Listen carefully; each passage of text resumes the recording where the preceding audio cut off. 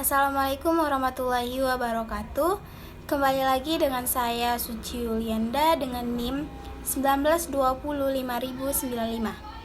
Pada kesempatan kali ini saya akan menjelaskan tentang hakikat Pancasila dan pendidikan kewarganegaraan. Yang dimana di sini saya untuk memenuhi tugas mata kuliah kajian PPKN di MISD kelas tinggi dengan dosen pengampu Bapak Maulana Arafat Lubis. Yang pertama, saya akan menjelaskan tentang sejarah Pancasila. Sejarah lahirnya Pancasila diawali dari terbentuknya Badan Penyelidik Usaha-Usaha Persiapan Kemerdekaan Indonesia yang sering kita sebut dengan BPUPKI. Pada sidang BPUPKI pada tanggal 1 Juni 1945, Insinyur Soekarno menyampaikan gagasan dasar negaranya dan memperkenalkan istilah Pancasila. Menurut Muhammad Yamin yang sebagai perumus Pancasila ini, berdirinya negara kebangsaan Indonesia tidak dapat dipisahkan dengan kerajaan-kerajaan lama yang merupakan warisan dari nenek moyang bangsa Indonesia. Negara Indonesia ini terbentuk melalui 3 tahap, yaitu yang pertama, zaman Sriwijaya di bawah bangsa Sailendra 600 sampai 1400 Masehi, dan yang kedua, negara kebangsaan zaman Majapahit 1292 sampai 1523 Masehi. Negara kebangsaan tersebut adalah negara kebangsaan lama.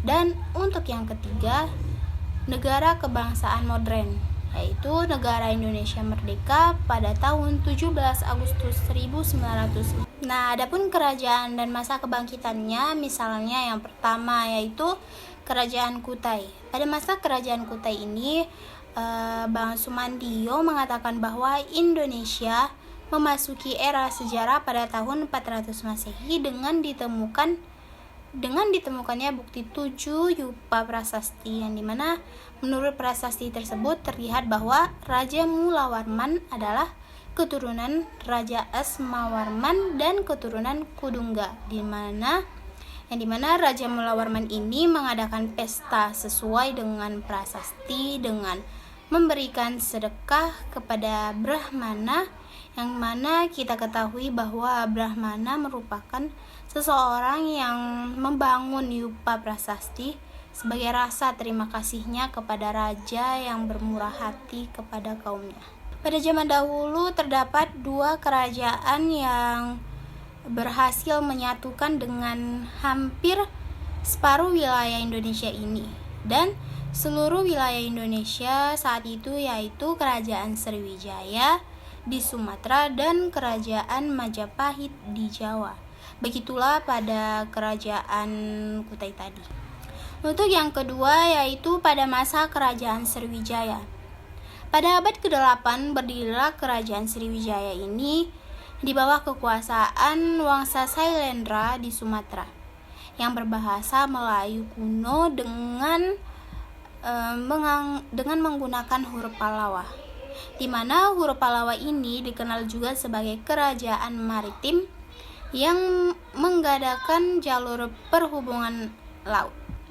Pada masa Kerajaan Sriwijaya ini, sistem perdagangan yang telah diatur dengan baik, yang dimana pemerintahan melalui pegawai raja membentuk suatu badan yang dapat mengumpulkan hasil kerajinan rakyat. Jadi rakyat ini akan memudahkan dalam pemasaran semua perdagangannya. Kerajaan Sriwijaya terletak di Jambi dengan ditemukannya bukti prasasti Muara Takus, sedangkan pusat kota yang dimana pusat ibu kota dari Sriwijaya adalah Palembang, melalui penemuan prasasti-prasasti Kota Kapur dan Talang Tuo. Yang ketiga, masa Kerajaan Majapahit. Kerajaan Majapahit berdiri pada tahun 1293 Masehi, yang dimana saat itu Kerajaan Majapahit sedang mencapai zaman keemasannya. Pada pemerintahan Raja Hayam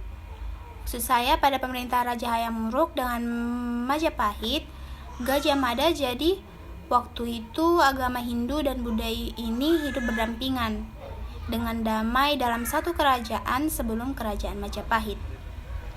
Berdiri pada masa kerajaan-kerajaan yang berbeda di Jawa Tengah dan di Jawa Timur. Secara silih berganti, seperti kerajaan Bali Bangga pada abad ke-7 dan Sanjaya pada abad ke-8. Sebagai refleksi puncak dari kerajaan tersebut, dibangunlah Candi Borobudur yang merupakan candi dari umat agama Buddha pada abad ke-9 dan Candi Prambanan yaitu candi pada penganut agama Hindu pada abad ke-10. Dan selanjutnya, masa kebangkitan Indonesia pada tanggal 1 Maret 1945. Jepang mengumumkan akan dibentuknya Badan Penyelidikan Usaha-Usaha Persiapan Kemerdekaan Indonesia atau yang sering kita sebut dengan BPUPKI, yang dalam bahasa Jepang yaitu Dokuritsu Jumbi Kosokai, yang dimana BPUPKI ini yang diketuai oleh Dr. Kanjeng Rajimanwedio Diningrat, yang dimana proses perumusan Pancasila diawali ketika dalam sidang BPUPKI yang pertama oleh Dr. Rajimanwedio Diningrat, yang mengajukan sesuatu masalah tentang suatu rumusan dasar negara Indonesia yang akan dibentuk pada sidang tersebut, dan dihadiri oleh Insinyur Soekarno, Profesor Muhammad Yamin, dan Supomo, yang bertindak sebagai pembicara pada tanggal 1 Juni 1945.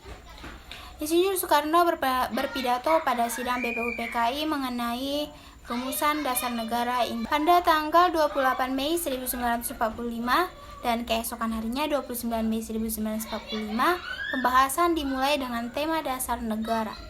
Rapat pertama diselenggarakan di Gedung Chosangin di Jalan Pejambon 6, Jakarta. Gedung tersebut kini dikenal dengan sebutan Gedung Pancasila. Setelah beberapa hari tidak mendapatkan titik terang, tepatlah pada 1 Juni 1945, giliran Insinyur Soekarno untuk menyampaikan gagasannya tentang dasar negara Indonesia Merdeka yang dinamakan dengan Pancasila.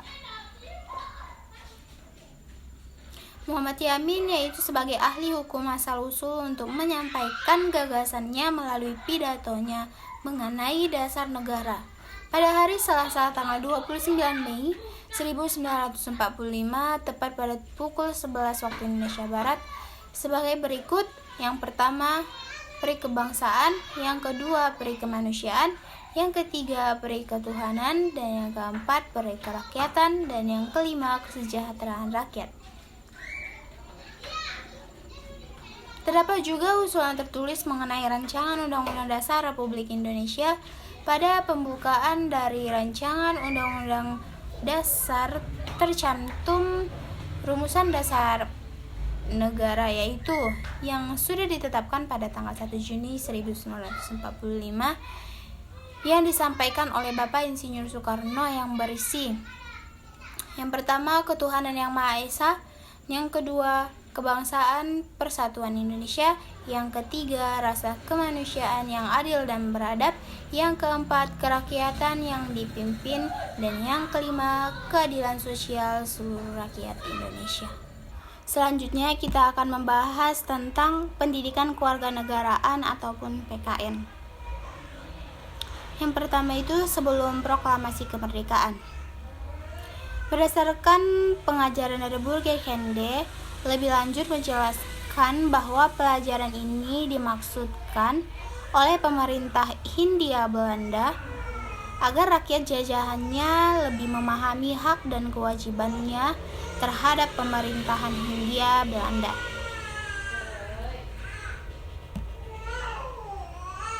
Sehingga tidak menganggap pemerintahan Belanda sebagai musuhnya ataupun my enemy is government, tetapi justru memberikan dukungan dengan penuh kesadaran dalam jangka waktu yang panjang atau diffuse support.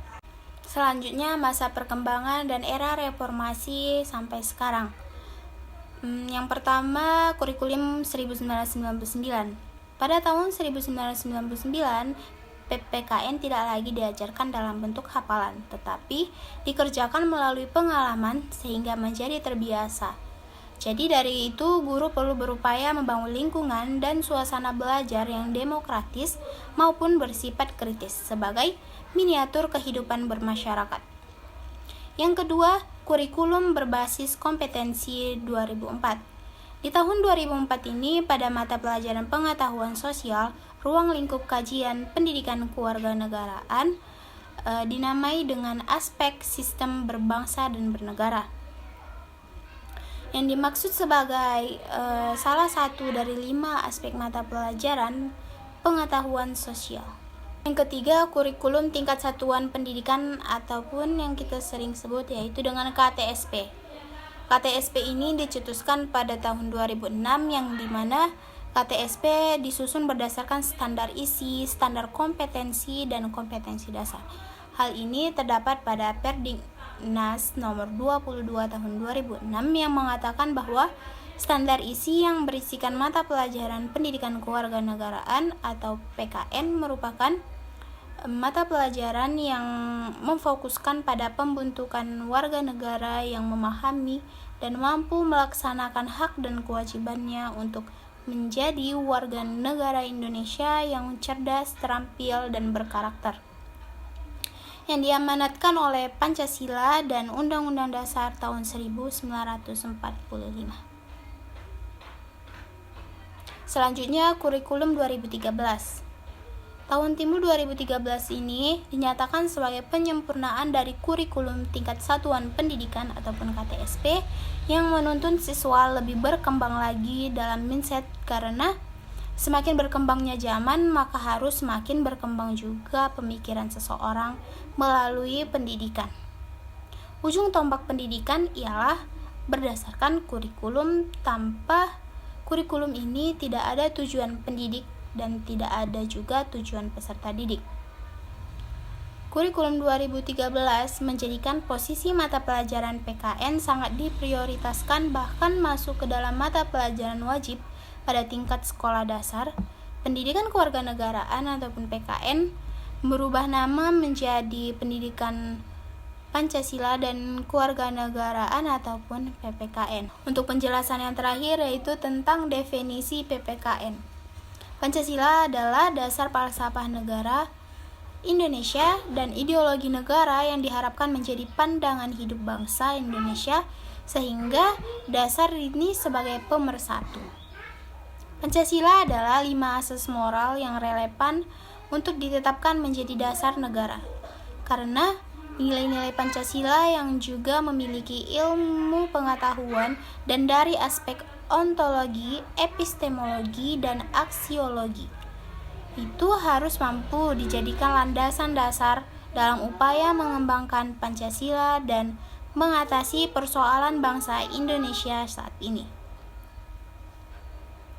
Terdapat 2 pengertian Pancasila menurut para ahli, yang pertama melalui Profesor Muhammad Yamin dan yang kedua Insinyur Soekarno. Dari beberapa pendapat di atas, maka dapat kita simpulkan bahwa Pancasila merupakan pedoman hidup bangsa Indonesia. Jika umat beragama Islam, pedomannya yaitu Al-Quran dan Hadis, sedangkan bangsa Indonesia pedomannya adalah Pancasila. Maka Pancasila bukan hanya sebagai tulisan dan pengakuan saja, tetapi Pancasila harus dijiwai dan diamalkan dalam kehidupan kita sehari-hari. Mulai dari sila pertama, yaitu ketuhanan yang Maha Esa. Yang kedua, kemanusiaan yang adil dan beradab. Yang ketiga, persatuan di Indonesia. Yang keempat, kerakyatan yang dipimpin oleh hikmat kebijaksanaan dalam permusyawaratan perwakilan. Dan yang kelima, keadilan sosial bagi seluruh rakyat Indonesia. Mungkin cukup sampai di sini saja penjelasan dari saya. Apabila ada kata-kata yang salah atau pengucapan yang kurang tepat, saya mohon maaf. Kepada Allah saya mohon ampun. Saya akhiri dengan salam. Wabillahi taufiq wal hidayah. Wassalamualaikum warahmatullahi wabarakatuh.